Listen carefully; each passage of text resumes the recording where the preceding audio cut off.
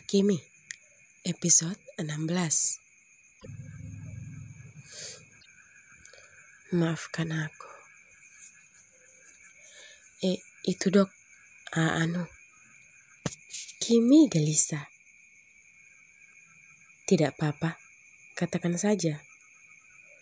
Pinta Aidil saat melihat kegelisahan Kimi. Ia sepertinya sudah bisa menebak apa jawaban dari wanita yang disukainya itu. Kimi masih diam, menyusun kata demi kata yang akan diucapkan agar terdengar tidak menyakitkan. Meski sebenarnya apapun yang dia katakan sudah pasti membuat pria di depannya kecewa. Maaf dok, saya menghargai kejujuran dokter. Terima kasih karena telah menaruh rasa itu pada saya. Tapi maaf, saya tidak bisa menerima perasaan dokter. Jelas Kimi terbata seraya menunduk. Ia tak berani melihat pria yang duduk di depannya. Boleh saya tahu alasannya? Kimi mengangkat kepalanya, menghembuskan napas pelan. Karena saya sudah dijodohkan dengan kedua orang tua saya. Sejak saat itu saya sudah tidak bisa memilih. Jadi untuk itu saya minta maaf sama dokter. Apa hanya itu alasannya? Maksud dokter? Apa Kimi menyukai pria lain? Pria lain? Beo Kimi. Aidil mengangguk. Pria yang di resto saat itu. Oh itu. Saya juga tidak tahu dokter. Tapi apapun itu, saya sudah tidak bisa memilih. Karena saya sudah menerima perjodohan yang sudah ditetapkan oleh kedua orang tua saya. Jelas Kimi kembali. Keduanya terlihat diam. Sekali lagi maaf dokter. Saya harap dokter menemukan wanita terbaik nantinya. Ucap Kimi dengan tulus. Ia tahu Aidil adalah pria yang baik dan lembut, serta perhatian. Sifatnya itu dapat membuat wanita dengan cepat jatuh cinta padanya. Hanya saja berbicara soal perasaan. Hatinya lebih cenderung ke pria cerewet yang selalu membuatnya kesal dan senang di saat yang bersamaan. Itu pun seandainya dia bisa memilih. Tapi nyatanya ia tidak bisa. Ia sudah tidak punya hak untuk memilih. Melihat Aidil hanya diam sembari menatapnya, Kimi menjadi gugup. Dia tidak menjadi Hulk karena marah sebab aku tolak kan? Batin Kimi. Apa dokter marah? Tanya Kimi. Dokter Aidil seketika tersenyum. Dan itu membuat kening Kimi berkerut. Kenapa dokter tersenyum? Ujar Kimi yang sedikit kesal. Kau masih saya cantik meski sedang kesal begitu. Batin Aidil. Kenapa kau gugup begitu? Aidil tertawa lepas. Dia tidak gila kan? Gumam Kimi dalam hati. Hei, pasti kau berpikir aku ini gila. Aidil telah menanggalkan bahasa formalnya. Aku? Kau? Beo Kimi. Aidil menatap Kimi lembut. Iya, mulai saat ini, saat kita bertemu, entah di luar atau di rumah sakit, jangan memakai bahasa formal padaku. Dan soal pernyataanku tadi, aku tidak akan memintamu untuk melupakannya. Tapi aku menghargai keputusanmu. Tapi aku berharap Setelah ini, kita masih bisa berteman ataupun kau bisa menganggapku sebagai kakak laki-lakimu yang bisa setiap saat kau mintai pertolongan ataupun saran. Apa itu sulit untukmu? Kimi menatap plakat Aidil. Ia tidak menyangka reaksi Aidil akan seperti ini. Pria ini sangat dewasa, pikirnya. Kimi tersenyum lalu mengangguk. Terima kasih. Ujar Kimi terharu. Hanya itu yang bisa ia katakan. Baiklah, mulai sekarang kau harus memanggilku kakak. Jangan sungkan untuk datang padaku ketika kau membutuhkan bantuan. Entah itu soal pekerjaan ataupun soal asmaramu. Aidil menaik turunkan alisnya, menggoda Kimi hingga wanita itu tersipu malu. Hanya ini yang bisa aku lakukan, agar selalu bisa dekat denganmu. Aku masih berharap ada keajaiban ke depannya yang bisa membuat kita bersama. Baitin Aidil. Seketika kedua orang itu tak lagi bersikap canggung dan terkesan formal seperti biasanya. Keduanya telah sepakat untuk menjadi seorang teman. Dan saat ini, suasana di antara mereka dihiasi dengan canda tawa, bercakap layaknya seorang teman.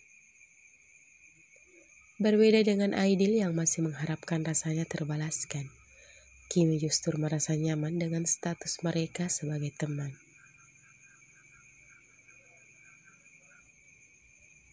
Setelah memastikan Aidil mengantar Kimi pulang, Ethan pun melajukan mobilnya untuk kembali ke rumahnya. Tak ada drama pukul-memukul, karena Aidil pun tidak melakukan sesuatu yang buruk pada Kimi, seperti yang ada di pikiran Ethan. Tapi tetap, ia merasa tersaingi, sebab pria itu lebih dulu dan lebih berani menyatakan perasaannya pada Kimi dibandingkan dengannya. Tapi tak apalah, toh dia ditolak. Cukup cepat mobil itu telah sampai di kediaman Andre, karena Ethan telah merindukan kasurnya yang empuk. Badannya lelah setelah setengah hari melakukan aksi penguntitan.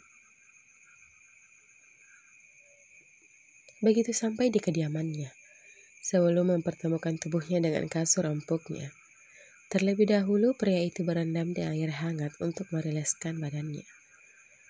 Sembari memejamkan mata, Ethan mengingat kembali percakapan antara Aidil dan Kimi di restoran tadi. Bagaimana ia dengan senangnya hingga hampir saja berteriak saat Kimi menolak Aidil. Itu artinya saingannya telah berkurang satu. Sisanya hanya pria yang dijodohkan dengan Kimi. Dan entah itu siapa. Si bule itu tahu kalau aku menyukai Kimi. Lirihnya masih memejamkan mata, merasakan sensasi air hangat yang telah ia campur dengan aromaterapi. Aku tidak tahu. Itu artinya dia berpotensi menyukaiku, kan? Ujarnya mengulang kembali ucapan Kimi tadi. Lalu sedetik kemudian, bibirnya terangkat, melengkung membentuk sebuah senyuman. Aku akan membuat dia jatuh cinta padaku. Ujarnya lalu beranjak dari bathtub dan berdiri untuk membersihkan tubuhnya di bawah guyuran air shower. Entah ide apa yang telah ia temukan hingga membuatnya bersemangat. Di sebuah hotel mewah, sebuah pesta sedang berlangsung dengan begitu meriah. Inggit memakai gaun hitam dengan panjang hingga mata kaki. Duduk di meja menyaksikan beberapa pasangan yang sedang berdansa. Garpu kecil di tangannya berulang kali dia tusukkan ke buah yang ada di piringnya. Tak lupa, segelas jus jeruk menemani kesendiriannya. Mama dan papa kemana sih?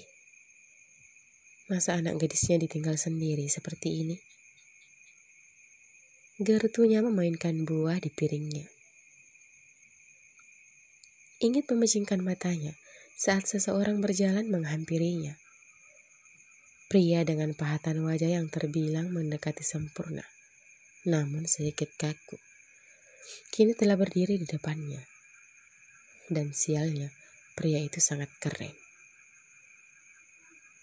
Mereka bertatapan untuk beberapa detik. Hingga suara pria itu membuat imajinasi Inggit buyar seketika. Apa kau yang bernama Inggit? Suara berat itu terdengar sangat horor di indera pendengaran Inggit. Iya. Meski hanya berdiri, Inggit merasa terintimidasi dengan tatapan yang terkesan tajam itu. Bisa kita bicara sebentar? Inggit mengerutkan keningnya bingung. Apa pria ini mengenalnya? Dan seakan tahu maksud tatapan Inggit, pria itu kembali bersuara. Aku pria yang ingin dikenalkan denganmu. Ikut denganku, kita bicara di luar. Tanpa menunggu persetujuan Inggit, pria bermanik biru itu telah meninggalkan Inggit. Kenapa aku ditinggal? Sombong banget sih.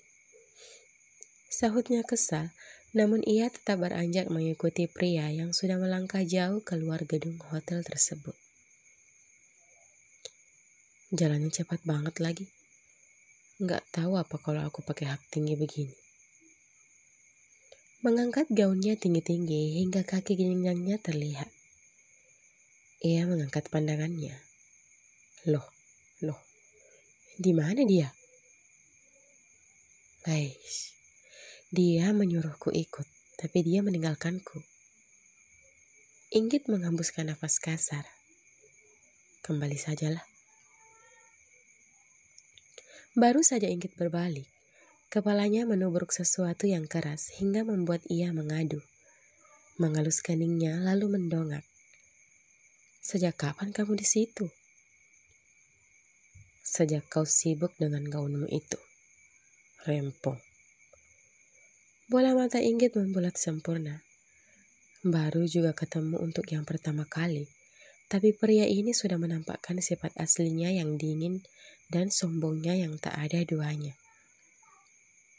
Kau? Tangan Inggit yang ingin menunjuk wajah dingin itu menggantung di udara. Saat beruang kutub itu kembali berjalan seraya mengatakan, cepat, jalan jangan kayak siput. Inggit menghempaskan kepalan tangannya dengan wajah yang entah sudah seperti apa bentuknya. Sumpah serapa, serta semua nama hewan yang ada di kebun binatang terucap dari bibir itu menemani perjalanannya. Mengikuti langkah pria yang telah ia panggil beruang kutub tersebut.